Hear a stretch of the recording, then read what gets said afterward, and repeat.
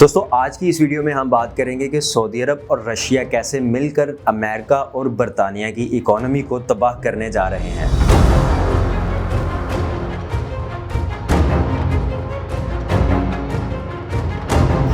OPEC यानी कि OPEC क्या है और अमेरिका इसको पास करवाने के पीछे क्यों पड़ा हुआ है।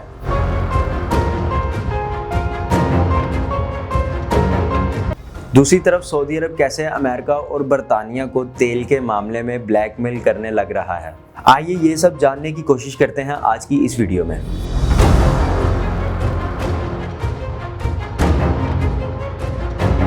Oil-producing countries including Saudi Arabia and Russia have agreed to cut oil production by 2 million barrels a day. The objective behind the cuts is clear. OPEC Plus wants the prices to rise. 5 अक्टूबर 2022 को OPEC ने अपनी तेल की पैदावार में 20 lakh barrel योमिया कमी करने का फैसला किया। दोस्तों ये कमी इतनी ज़्यादा है कि ये पूरी दुनिया की तेल की सप्लाई का 2% बनता है और इस कमी के अमेरिका, यूके, पाकिस्तान और इंडिया की इकोनॉमी पर बदतरीन असरात हो सकते हैं। अब दोस्तों इस बात पर गौर करते हैं कि अमेरिका और बरतानिया पहले से ही रिसेशन का शिकार हैं और ये ऑयल स्पाइक इनकी इकोनॉमी को मज़ीद बुरे तरीके से तबाह कर सकता है, जिसकी वजह से अमेरिका NOPEC बिल पास कर रहा है। अब सवाल ये पैदा होता है कि ये OPEC क्या है और आखिरकार ये तेल की पैदावार जानबूझकर क्यों कम कर रहे हैं और ये नो पैक बिल क्या है और सबसे अहम बात कि ये तेल की जंग अगले साल दुनिया को कैसे मुतासिर कर सकती है। ओपेक यानी organization of petroleum exporting countries और इस ग्रुप में तेल पैदा करने वाले ममालिक जैसे ईरान, इराक, कुवैत, सऊदी अरब, कतर, UAE और 10 दीगर ममालिक शामिल हैं। इसके अलावा 2016 में रशिया और दीगर ममालिक ने भी इस ग्रुप को शामिल किया और एक नो पैक प्लस ग्रुप के नाम से अपना अलग ग्रुप बना लिया और अब ये ग्रुप दुनिया की तेल की बरामदात का 50% से भी ज़्यादा हिस्सा रखता है। अब सवाल ये पैदा होता है कि नो पैक प्लस ग्रुप जानबूझकर तेल की कमी क्यों कर रहा है और आखिर इससे इसका क्या फ़ायदा है। दरअसल OPEC plus supply demand mismatch की टेक्निक यूज कर रहा है। अब इसको एक एग्जांपल से ऐसे समझते हैं कि मिसाल के तौर पर तेल की डिमांड 200 बैरल है और 4 ममालिक इसको सप्लाई कर रहे हैं। अब हर मुल्क $30 फी बैरल के हिसाब से इसको सेल करेगा और हर मुल्क 50 बैरल तेल प्रोड्यूस करेगा। अब इस तरह करने से हर मुल्क को $1500 का रेवेन्यू मिल रहा है। अब अगर इसमें से कोई भी मुल्क जानबूझकर 50 बैरल की सप्लाई में से 10 बैरल कम कर देगा तो क्या होगा। हालांकि डिमांड 200 बैरल की है और सप्लाई 160 की प्रोड्यूस हो रही है। अब इस 40 बैरल की कमी ये 3 ममालिक मिलकर भी पूरा कर सकते हैं, लेकिन ये नहीं करेंगे क्योंकि अब वो $60 फी बैरल के हिसाब से तेल बेच सकते हैं, जिसका मतलब है कि इस बार भी वो 50 बैरल ही प्रोड्यूस करेंगे लेकिन उनका रेवेन्यू डबल हो जाएगा यानी $3000। इतनी ही तादाद में तेल देने के बावजूद भी रेवेन्यू डबल हो चुका है। अब यही वजह है कि ये ममालिक अपनी पैदावार ज़्यादा नहीं करते क्योंकि यही 50 बैरल बेचने पर उनको डबल रेवेन्यू मिल रहा है तो ज़्यादा मुनाफा मिल रहा है, जिस पर उन्हें तेल की पैदावार बढ़ाने की बिल्कुल भी ज़रूरत नहीं। अब यही वजह है कि जब भी ओपेक इस तेल की पैदावार को ज़्यादा या कम करने का ऐलान करता है तो पूरी दुनिया पर इसके असरात होते हैं। अब थोड़ा सा 2022 की सूरत हाल को समझते हैं कि 2022 में तेल की कीमत $79 फी बैरल थी। फिर जब रशिया ने यूक्रेन पर हमला किया तो यही फी बैरल $110 तक पहुंच चुकी थी। अब ये पिछले 14 सालों का सबसे हाईएस्ट मार्क था क्योंकि रशिया तेल पैदा करने वाला तीसरा सबसे बड़ा मुल्क है। ये कीमतें जून जुलाई में तकरीबन $100 से ऊपर ही रही हैं, जिसकी वजह से हमें एक पूरी दुनिया में महंगाई की लहर देखने को मिलती है। अब दोस्तों जब तेल की कीमतों में इजाफा होता है तो फैक्ट्रीज की कॉस्ट ऑफ प्रोडक्शन और ट्रांसपोर्ट की कीमतों में भी इजाफा हो जाता है, जिसकी वजह से हम आम लोगों को हर ज़रूरत की अशिया महंगी मिलना शुरू हो जाती हैं और इस तरह हमारी ज़िंदगियां डायरेक्ट तेल की कीमतों से मुतासिर होती हैं। अब तेल की कीमतों पर वापस नज़र डालें तो जुलाई में हमने तेल की कीमतों को दोबारा गिरते हुए देखा था और सितंबर के आखिर तक ये कीमत $85 फी बैरल तक पहुंच चुकी थी, जो कि रशिया और यूक्रेन की वार से पहले तक का रेट था। अब इस पॉइंट तक लोगों का यही ख्याल था कि हालात नॉर्मल हो चुके हैं, लेकिन दोस्तों ये बात यहाँ पर ही ख़त्म नहीं हुई। हमने 2021 में भी तेल की कीमतों में एक बहुत बड़ा इजाफा देखा था। जब वर्ल्ड इकोनॉमी वापस से बढ़ रही थी तो तब $85 फी बैरल की कीमत कोई कम नहीं थी, बल्कि ये प्री पेंडेमिक लेवल से काफ़ी ज़्यादा थी।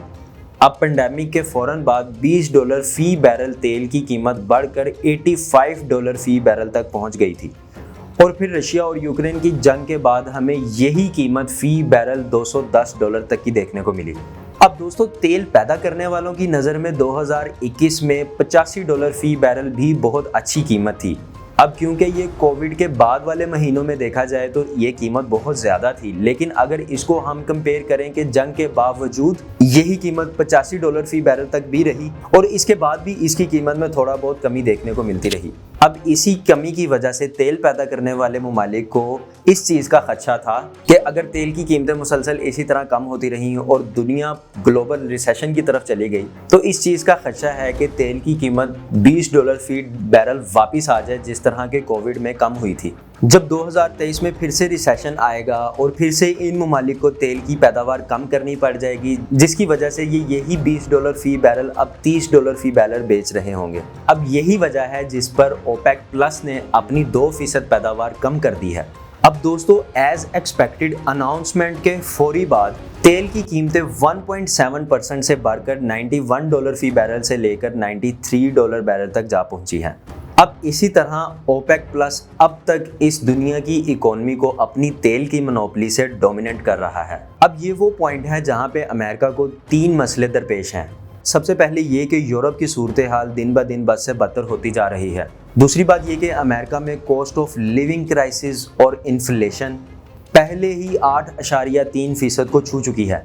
अब दोस्तों अगर आप गौर से देखें तो ये पिछले 40 सालों में सबसे ज़्यादा बढ़ती शरह है और अब ये तेल की बढ़ती कीमतें भी अमेरिका में एक रिसेशन की बड़ी वजह है। दूसरी तरफ ओपेक मजीद तेल की कीमतें बढ़ा रहा है जिसकी वजह से अमेरिकन रिसेशन के चांसेस और ज़्यादा बढ़ रहे हैं। तीसरी परेशानी ये कि तेल की कीमतें बढ़ जाने से रशिया ज़्यादा पैसे कमाता है और रशिया को जंग करने के ज़्यादा वसाइल मिलते हैं। दोस्तों इन्हीं वजूहात की बुनियाद पर America NOPEC bill pass कर रहा है।